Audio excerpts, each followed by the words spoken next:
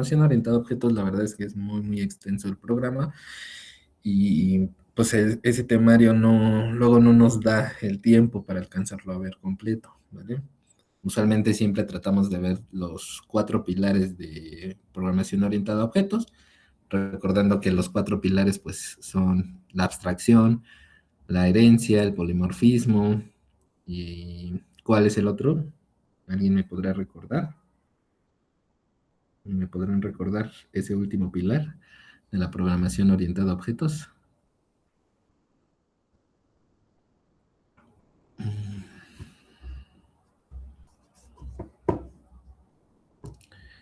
Lo pueden incluso buscar sin problema, pero son 4. ¿Era el encapsulamiento el otro? Exactamente, Eduardo, es el encapsulamiento. El encapsulamiento nos decía sobre los modificadores de acceso, ¿vale? Si es público, si es privada, si es protegido, ¿vale? Entonces, pues usualmente los profes luego ya no alcanzan a verlo, pero cuando sea el momento en el que otra vez tengamos que verlo, pues lo veremos a más detalle, ya que es muy importante. El día de ayer una de sus compañeras comentaba acerca sobre que la programación funcional se utiliza mucho en la cuestión de maps, ¿sale? Y filter, por ahí comentaban, funciones que nos permiten recorrer ciertas estructuras de datos y que podemos sacar como que la información de manera más rápida. Usualmente esa programación funcional siempre va a estar representada por lambdas, esos temas de lambda, y por funciones flecha, que si bien son usualmente las conocemos en JavaScript, también por primera vez en Java, a partir de JDK8, podemos hacer funciones flechas. Entonces, bueno, ya en su momento, en caso de que lo tengamos que ver, pues se tendrá que ver un poquito más a detalle, ¿vale? La primera asignación que les dije si podían hacer era acerca de un programa que sume 2 números, ¿vale? Un momento. Entonces, vamos a seguir con otro algoritmo y para eso voy a utilizar la herramienta de Colab, porque Python pues es bastante más sencillo la sintaxis y me voy a tener que regresar a algunos conceptos a lo mejor un poquito básicos eh, para que pues podamos como seguir, ¿vale? En este caso, cuando yo abro la página de Colab, en la parte superior derecha está un botón que dice New Notebook y cuando le doy clic ahí me abre el IDE de Colab, ¿vale? En el cual pues nos da una herramienta Google para poder ejecutar Jupyter dentro de, pues en este caso, Colab, ¿vale? Yo le voy a poner al nombre intersemestral diseño y en ese momento pues se va a guardar dentro de mi, y déjenme cerrar esto, dentro de mi Drive, ¿vale? Y al momento de que ustedes abran su Drive, en la carpeta principal les va a salir una carpeta que se llame Colab y dentro de esa carpeta de Colab, me parece que se llama Colab, déjenme, voy a entrar justamente a mi Drive, abro yo el Drive y Colab Notebooks, ¿vale? Así se va a llamar el nombre de la carpeta y aquí nos va a ir guardando todos los proyectos que nosotros hagamos de Colab, que pues obviamente son proyectos de Jupyter, ¿vale? Entonces es bastante interesante. Si nosotros no nos mantenemos inactivos dentro de la pestaña de Colab, en un momento a otro nos empieza a decir sobre que pues la conexión pues fue cortada porque tuvimos un determinado tiempo de inactividad, ¿vale? Ahora, el primer programa comienza, o debo decir que para que nosotros podamos hacer la suma de 2 números, pues necesitamos almacenar los valores que nosotros queremos dentro de variables, ¿no? Entonces, aunque todos deberíamos conocer la definición de una variable, la definición de una variable va a ser un espacio en el cual nosotros podemos almacenar un valor, ¿vale? Comentarios en Python, recordemos que todos los lenguajes de programación podemos crear comentarios, ya sea de una sola línea o de múltiple línea. Al menos en Python el comentario va a salir con el símbolo de gatito y esto es un comentario, ¿vale? En el cual pues yo voy a ir haciendo anotaciones. el primer tema o el primer programa que todos hacemos siempre, pues obviamente es nuestro Hola Mundo. ¿Cuál es la instrucción que nos permite imprimir algo en pantalla dentro de Python? La instrucción print. Abro pares de paréntesis, abro doble, comilla doble y pongo mi string o mi mensaje, ¿vale? En ese momento, si yo quiero ejecutar un programa dentro de Colab, pongo control enter y se ejecuta y me lo va a mandar por consola, que en este caso, al ser Jupyter, me lo va a poner abajo de la celda donde yo escribí todo mi código, ¿vale? Ahora, voy a poner variables, o más bien para tenerlo anotado. Denme un segundo, chicos.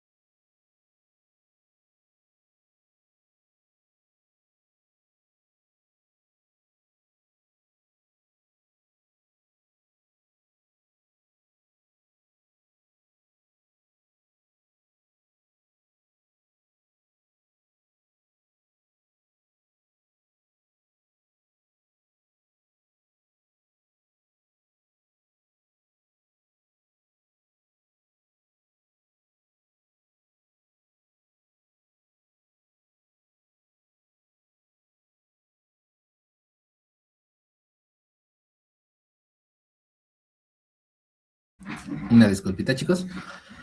Entonces, para dejar como pues dato, la instrucción para poder hacer un print, ¿vale?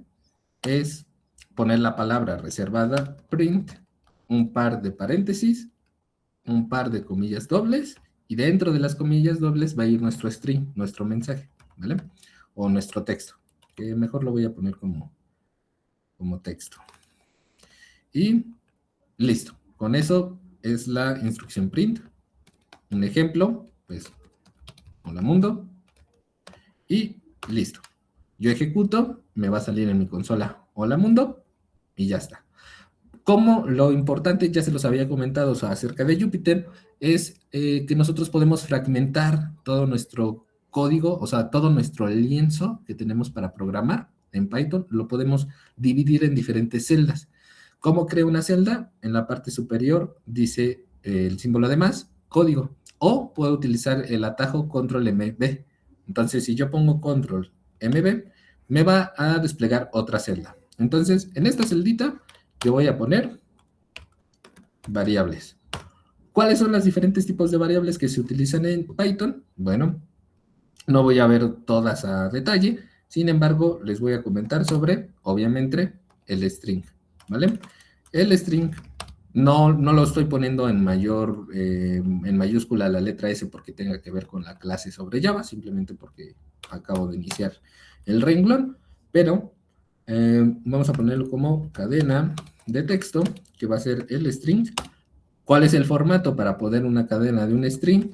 Eso es genérico en la mayoría de los lenguajes, es entre doble parte de comillas, ¿vale?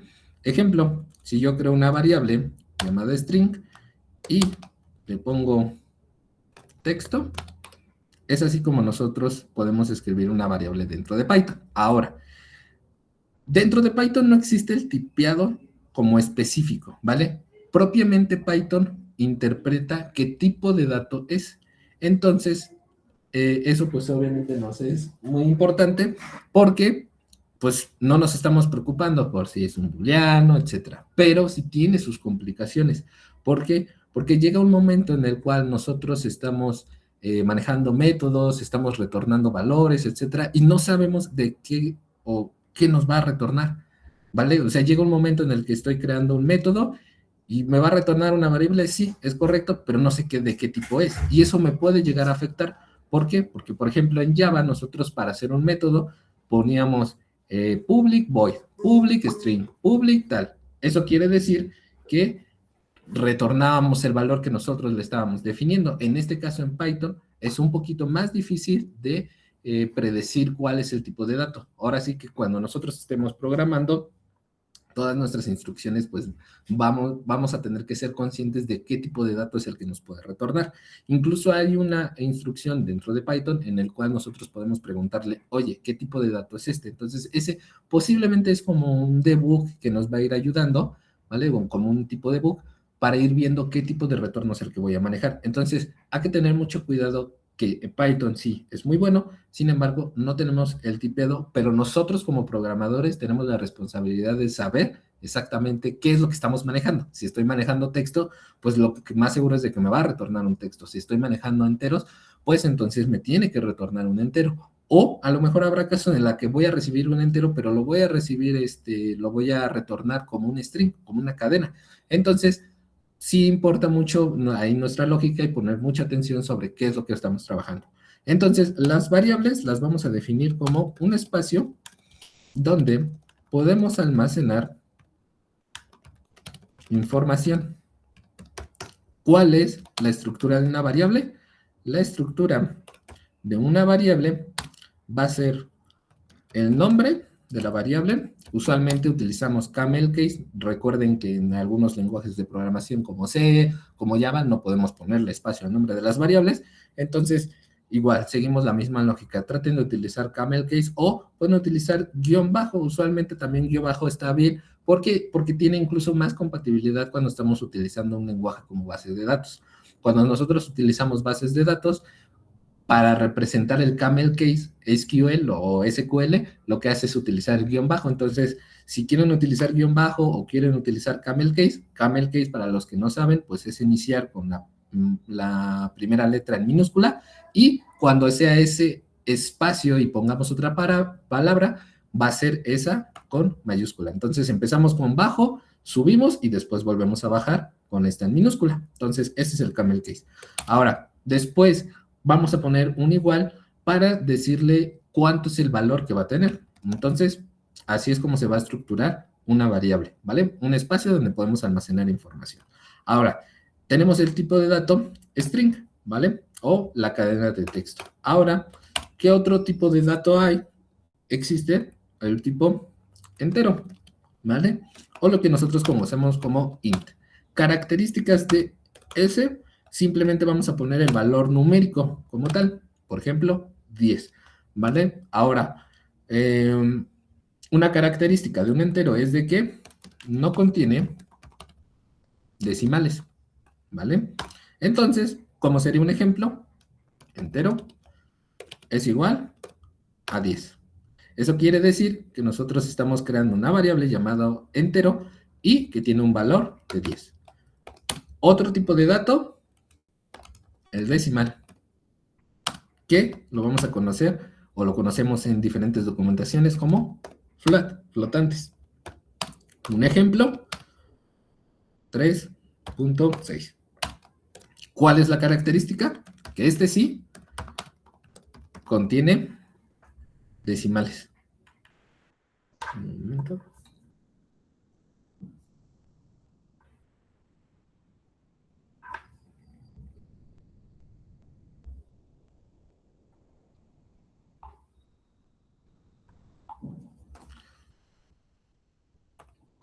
Por ejemplo, float. No puedo. Vean cómo ahí hice un pequeño error. ¿Por qué? Porque float es una palabra reservada, incluso la está poniendo de un colorcito como verde. Entonces ahí me va a mandar un error porque yo no puedo hacer un tipo de operaciones luego con los flotantes, ¿vale? Entonces hay que tener mucho, bueno, con la palabra reservada flotante, ¿vale? Entonces vamos a ponerlo literal así, flotante. 3.6. Recordemos que una palabra reservada es aquella que no podemos utilizar como variable dentro de nuestro sistema o lenguaje de programación. Por ejemplo, no puedo poner un string es igual a esto. Si yo hiciera esto en Java, me mandaría error. ¿Por qué? Porque le estoy poniendo la clase string y el nombre string, ¿vale? De la variable. Entonces, eso no se puede hacer. ¿Por qué? Porque string es una palabra reservada, ¿vale? De Java. Es un ejemplo, pero en Java. Ahora, ¿Cuál es el otro tipo de dato que existe dentro del flotante? Vamos a tener los tipos bandera, ¿vale? Usualmente en documentaciones lo vamos a encontrar como band. Hay veces que algunas documentaciones lo vamos a encontrar así. ¿Qué son las banderas? El tipo de dato bool. Los booleanos, o sea, o es true o es false, ¿vale? Nosotros podemos tener estos dos, ambos iniciados con mayúscula, ¿vale? Ejemplo, vamos a utilizar band es igual a true o false, ¿vale? Alguno de esos dos es siempre va a ser el booleano, ¿vale? Entonces, con eso es más que suficiente. Profe, ¿existe el tipo de dato char? Por ejemplo, no, dentro de Python no existe el tipo de dato char, ya no lo utiliza Python. Siempre que le preguntemos a la computadora, ¿cuál es tu tipo? ¿Vale? ¿Cuál es tu tipo? Siempre nos va a retornar que es un string. Entonces, si yo pongo, por ejemplo, la variable carácter es igual a, y como se escribía, por ejemplo, en C, como se escribía en Java, etcétera, siempre es una comilla simple. Esto nos lo va a detectar como un string, ¿vale? Porque ya no existe y pues tiene razón, al final de cuentas es un texto, ya Python trata de tomar ese significado, texto. En los otros, char, pues es un solo carácter y el string es una cadena de caracteres. Entonces ahí sí cambia mucho el significado pues el concepto que tengan entre carácter y string, ¿no?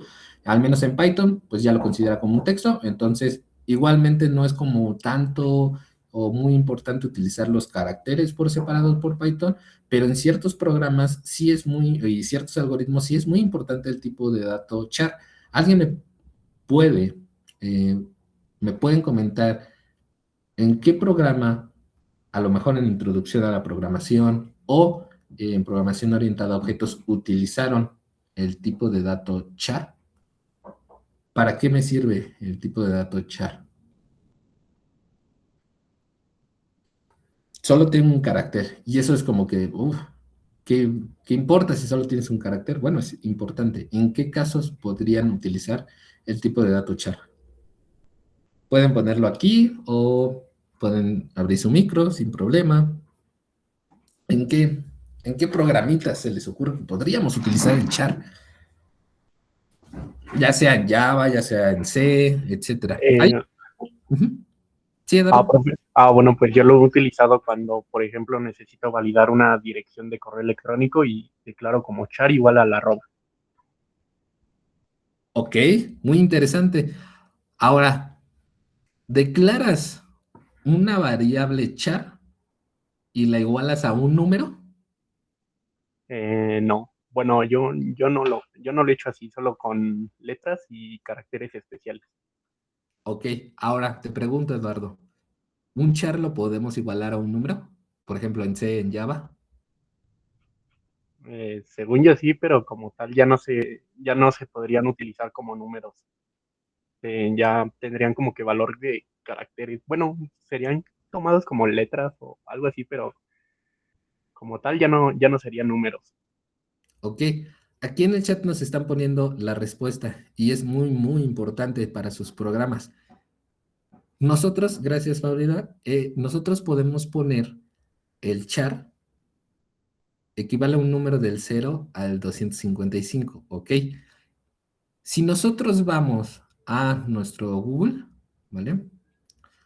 Y colocamos en el buscador tabla ASCII. La tabla ASCII o el código ASCII es una pequeña tablita que nos va a dar la equivalencia, ¿vale? De un número contra un carácter. Y miren cuántos números puedo tener. 255. ¿Qué nos acaba de decir uno de sus compañeros aquí en el chat? Juan Carlos, equivale un número del 0 al 255. ¿Qué creen? Pues aquí están. Si yo pongo o igualo un char a un número, por ejemplo, al 33, eso va a ser la equivalencia al signo de exclamación. Y, por ejemplo, tú, Eduardo, si ocupas un arroba, podemos ir a nuestra tabla ASCII, buscar el símbolo de la arroba, y yo puedo decir, debe de estar por acá, no lo alcanzo a ver. No lo alcanzo, no sé si está por ahí. Mejor. Aquí está. Es el 64, ¿vale? De hecho, si ustedes ponen en su computadora un comando de teclas como Alt 64 o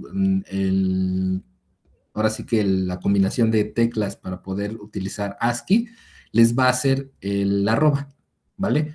Entonces, nosotros también podemos manejar los char de esa misma forma. Si tú, Eduardo, en tu char le pones igual a 64, va a ser igual a un arroba también, ¿vale? Entonces, el char lo podemos igualar a un número entero que va a ser del 0 al 255, como en esta tabla ASCII, ¿vale? Y son nuestros caracteres. Ahora, ¿de qué carajos me va a servir esto? ¿En qué programas? Bueno, nos puede servir en programas como transformaciones, ¿vale? Transformaciones de, por ejemplo, de binario a texto normal, ¿vale? Podemos utilizar muchas cosas para lo que tiene que ser caracteres. Entonces, cosas que se utilizaban hace mucho tiempo también, ¿vale? Hace tiempo, pues, necesitábamos programas en a lo mejor transformar números enteros a hexadecimales o números a octales, o etcétera, ¿no? Entonces podemos hacer ahí varias combinaciones medias interesantes con los char, ¿vale? De momento, actualmente, pues Python lo va a considerar como un string. Ahora, Edgar nos pone aquí en el chat, de hecho, usar char es un truco para usar un tipo de dato numérico muy pequeño porque llega hasta 255. ¿Ok? Correcto. Pero también nosotros tenemos tipos de datos numéricos pequeños, ¿vale? Por ejemplo, el tipo de dato byte dentro de Java. Entonces, sí, es ahí, podemos jugar con muchas cosas, ¿vale? Entonces, es bastante interesante todo, ¿vale? Gracias, Paulina, Juan Carlos, Edgar, Eduardo, ¿vale? Ahora, estos son los 4 tipos de datos más importantes. ¿Qué es lo que yo puedo hacer ahora? Voy a crear otro. Bueno, aquí mismo los voy a poner los print.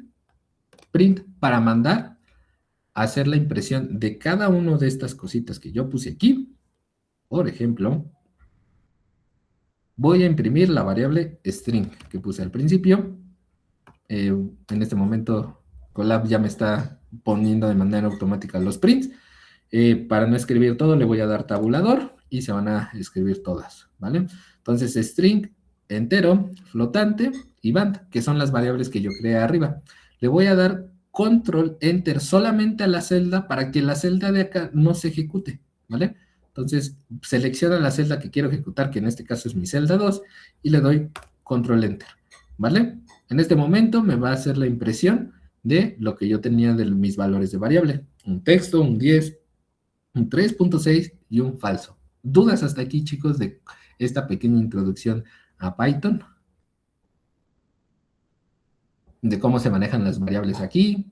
Es diferente, obviamente, a Java, es diferente a C, etcétera. C Sharp, JavaScript tan solo también. Bueno, más o menos. ¿Tienen algún tipo de duda? ¿Quieren checar algo? ¿Todo bien, Rafael? Ok. ¿Los demás? Ok. ¿Vale? Entonces, voy a crear una nueva celda. Ya vistas las variables, claro que podemos hacer operaciones. Y ahora sí, vamos a hacer el primer algoritmo, que ya les había dejado. Sin embargo, lo vamos a ver, porque existen muchas maneras de poderlo hacer, ¿vale? Ahí sí depende de el estilo de cada quien. Sin embargo, también hay buenas prácticas que tenemos que hacer, ¿va? Formas en las que podemos hacer. El algoritmo es suma de dos números. Yo voy a hacer una variable, por ejemplo, llamada A o número 1 y no me gusta que me esté autocompletando todo. No sé si hay alguna manera de decirle activar o desactivar. No creo que no. Porque no me gusta que me esté poniendo ahí la respuesta. Le quita un poquito de porque luego sí voy a poner errores para que me puedan, mm, para que puedan corregir. Estudiar. Bueno, creo que no veo.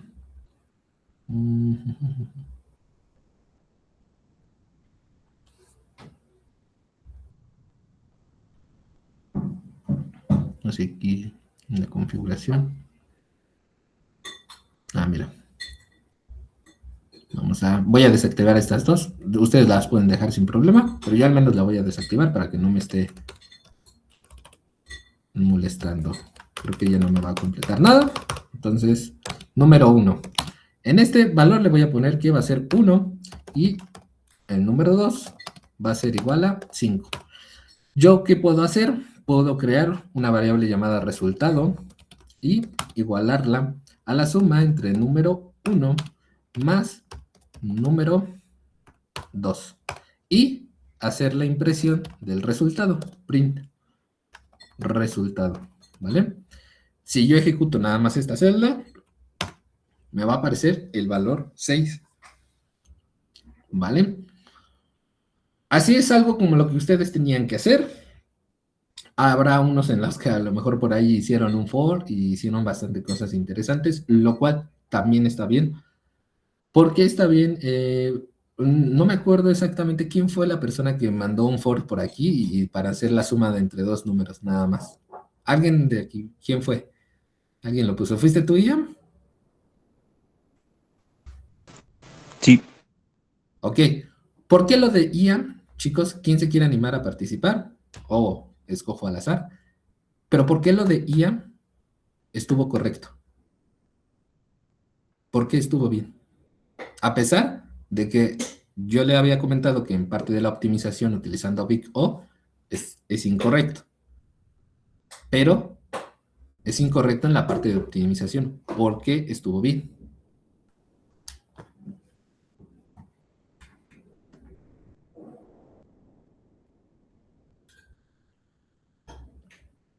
Él para nada lo escribió como yo lo tengo aquí. Utilizó un for para sumar dos números.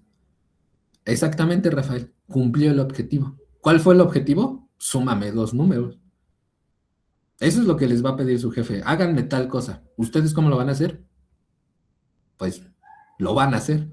Como quieran, pero lo van a hacer. ¿Vale? Entonces, cumplió el objetivo. Ian, es correcto lo que nos entregaste. ¿Vale? Ahora, por ejemplo, ¿cómo yo puedo acceder a... no sé si... Espero que sí. Pero ustedes recordarán que en Java utilizamos la clase Scanner para poder acceder a la consola y que el usuario haga un input en vez de un output, ¿vale? O sea, en vez de que me dé la respuesta, yo le voy a dar la respuesta. Entonces, eso es la parte del escáner. Ahora, ¿cómo yo puedo utilizar el escáner dentro de Python? Bueno, la respuesta es con una función llamada input, ¿vale?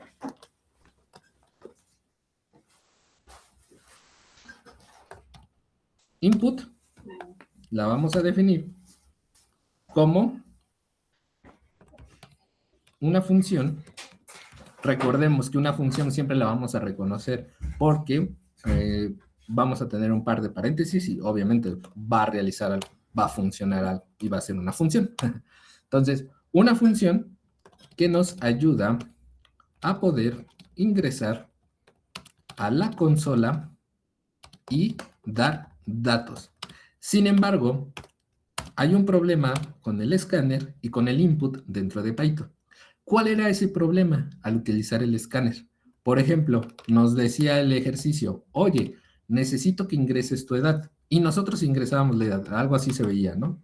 Por ejemplo, ingresa tu edad. Y abajito nos aparecía, o ustedes programaban y le ponían el LN para que pudieran escribirlo en la misma línea, etcétera.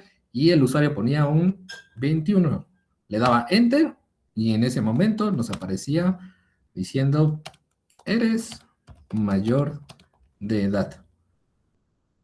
Pero teníamos que hacer un proceso para que este 21 fuera un número numérico. ¿Por qué? ¿Qué es lo que está recibiendo aquí, chicos? ¿Qué tipo de dato es el que recibe en la consola? Un string, ¿vale?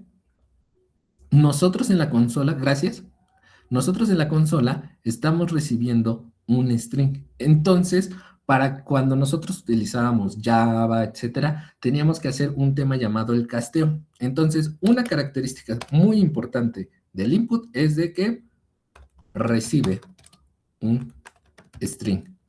Entonces, la labor, ¿vale?, de utilizar la función input es de que nosotros podamos castear, transformar, o sea, el casteo lo voy a definir yo como la transformación de un tipo de dato a otro, ¿vale?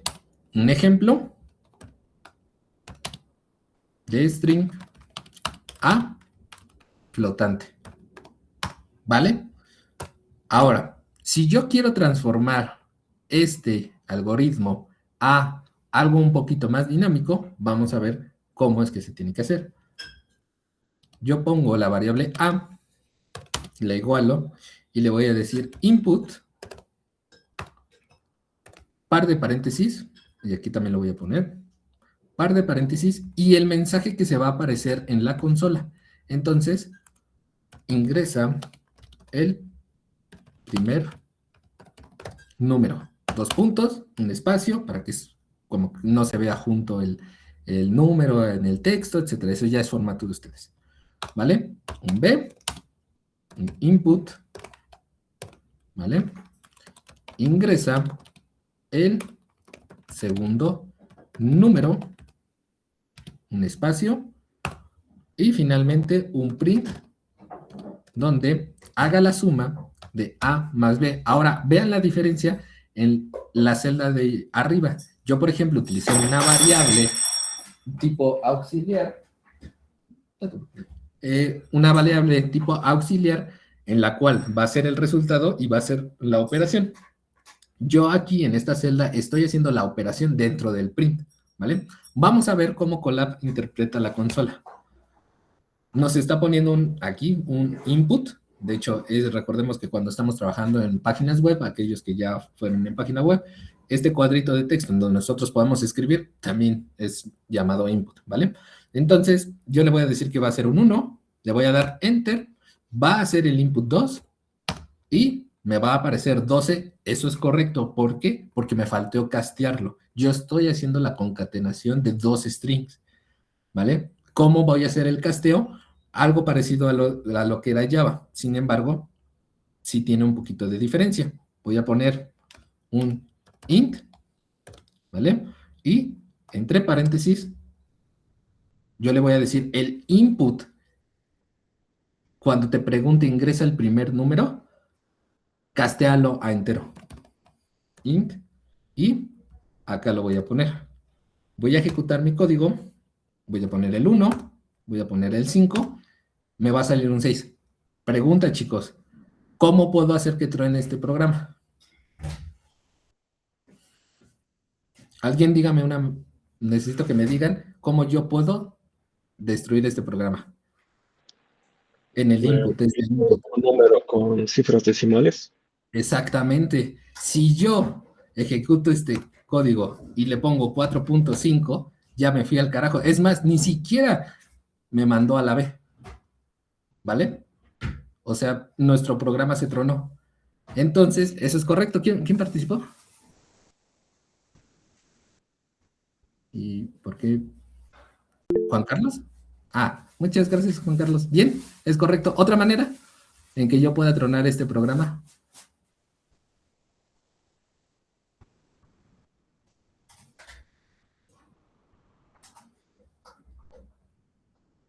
Darle una palabra, José Julián, ok. Vamos a ejecutarlo. Si yo le pongo S y le pongo Enter, el casteo falló. ¿Por qué? Porque yo necesito recibir un entero y estoy recibiendo un string. Entonces también tronó. Ok. Juan Carlos. Y gracias, José Julián. Ahora, Juan Carlos, me regreso contigo. Para poder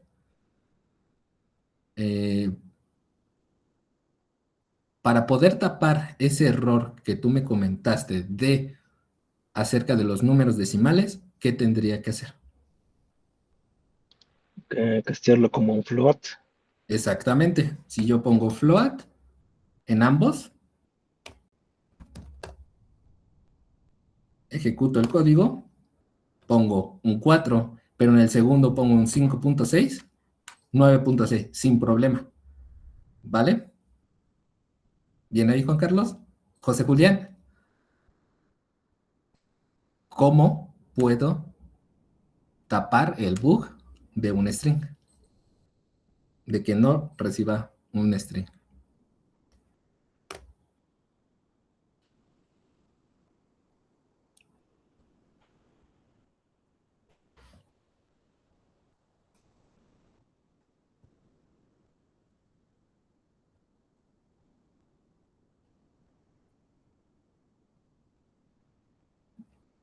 Ah, y Manuel, Eduardo, también habías dicho sobre un string. Manuel, ¿cuál crees? Un if else. ¿Por qué, Juan Diego? ¿Bien ahí? ¿Por qué? ¿Qué podría hacer?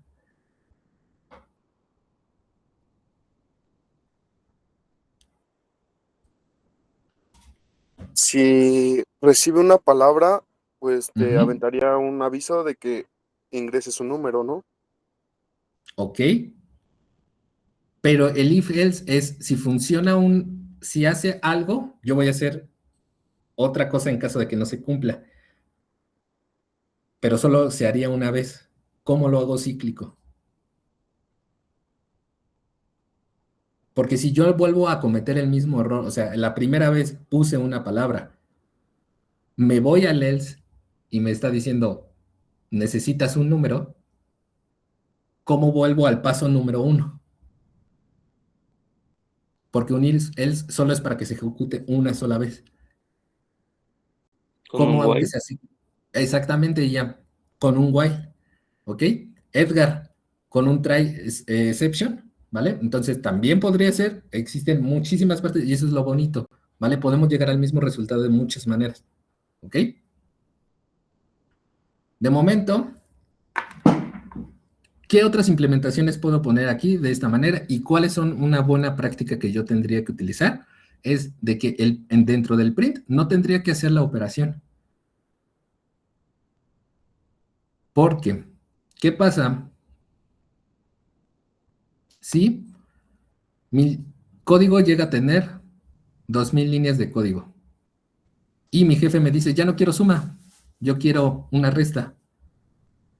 Entonces tendría que buscar el print dentro de las 3000 líneas de código y hacer la resta porque puse la operación dentro del print. Entonces, como buena práctica es crear una variable auxiliar como lo había hecho en la celda anterior, en donde ponga resultado es igual a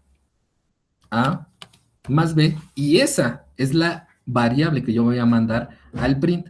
Entonces, cuando mi jefe me diga, es que deberías hacer una división en vez de una suma, simplemente cambio el operador dentro de la variable resultado. Y ya me evito problemas de estar buscando en dónde se hizo la operación. Usualmente las variables en qué lugar de nuestro código van a estar, chicos. Al principio. Exactamente, hasta arriba. Siempre vamos a tener, gracias Nelly, igualmente. También al inicio nosotros siempre vamos a poner todas nuestras variables y nuestras operaciones en la parte inferior, ¿vale? Entonces, que tengan buena práctica haciendo este tipo de cosas. Siguiente algoritmo que vamos a ver. Este fue el primero y esta fue la introducción hacia el input.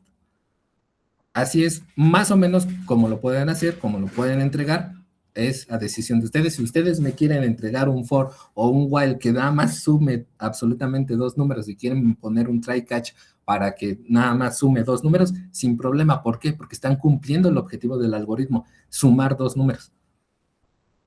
Si yo les digo suma dos números con 2 variables o 3 variables, ustedes ahí es donde sí van a tener que hacer ciertas reglas para llegar a ese resultado. Sin embargo, aquí solo les estoy diciendo suma 2 números. Pueden ser en local, o sea, ustedes pueden definir el número, sí. Puede ser un input también, porque no estoy diciendo cómo, ¿vale? Solo les estoy diciendo el resultado al cual ustedes deben de llegar. Entonces, Ian, lo que tú hiciste estuvo muy, muy bien. En la cuestión de optimización, a lo mejor está muy mal, ¿vale? Pero estuvo perfecto porque cumpliste el objetivo.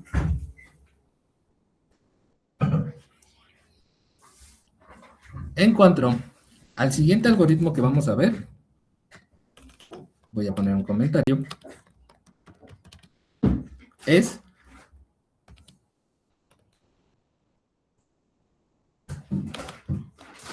el promedio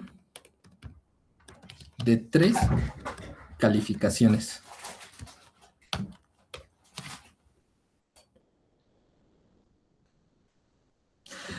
Promedio de 3 calificaciones. Ahora necesito, utilizando 4 variables y 3 input.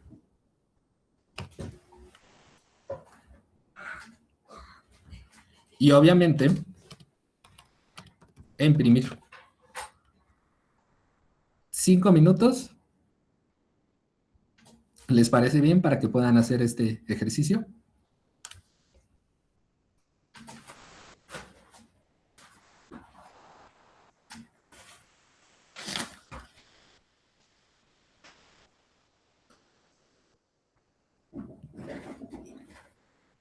Y les voy a subir la asignación para que ahí lo puedan poner, ¿vale? Entonces, 5 minutitos y esta es la instrucción. Promedio de 3 calificaciones utilizando 4 variables y 3 inputs. Obviamente van a tener lo que imprimir.